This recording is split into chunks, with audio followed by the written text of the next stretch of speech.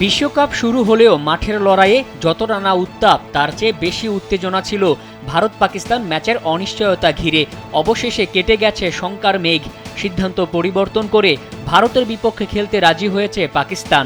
15 ফেব্রুয়ারি দুই চিরপ্রতিদ্বন্দ্বীকে মুখোমুখি করাতে সক্ষম হয়েছে বিশ্ব ক্রিকেটের নিয়ন্ত্রক সংস্থা। কিন্তু কোন সমঝোতায় পাকিস্তানকে রাজি করানোর অসাধ্য কাজ সাধন করল আইসিসি? এখানে গুরুত্বপূর্ণ ভূমিকা রেখেছেন বিসিবি সভাপতি আমিনুল ইসলাম বুলবুল। ভারত ম্যাচ বয়কট করলে বড় শাস্তির মুখে পড়বে পাকিস্তান।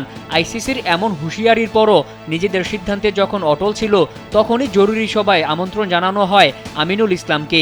এছাড়া ভারত পাকিস্তান ম্যাচ না হলে বড় অঙ্কের আর্থিক ক্ষতির মুখে পড়ত আইসিসি, যার প্রভাব পড়ত সকল ক্রিকেট বোর্ডের উপরই। ক্রিকেটের ইকোসিস্টেম ঠিক রাখতেই তাই সিদ্ধান্ত পরিবর্তন করেছে পাকিস্তান। আইসিসি জানায়, টুর্নামেন্টের বাণিজ্যিক দিকসহ অন্যান্য দেশের স্বার্থ বিবেচনায় নিয়ে ম্যাচটি আয়োজনের সিদ্ধান্ত নেওয়া হয়েছে। অন্যদিকে পাকিস্তান সরকার বিবৃতি দিয়ে জানায়, শ্রীলঙ্কা ও সংযুক্ত আরব আমিরাত সহ কয়েকটি দেশ পাকিস্তান ক্রিকেট বোর্ডকে ম্যাচ বর্জন না করার অনুরোধ করে। তারা জানায়, এই ম্যাচ না হলে অন্যান্য দেশও আর্থিকভাবে ক্ষতিগ্রস্ত হবে।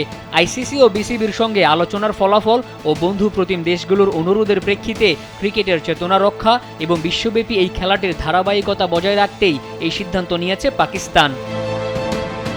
এছাড়া পাকিস্তানের প্রধানমন্ত্রী শেহবাজ শরীফ বিশ্বকাপের চলমান সংকট সমাধানে শ্রীলঙ্কার প্রেসিডেন্ট কুমারা দিশানায়েকের সঙ্গেও কথা বলেছেন।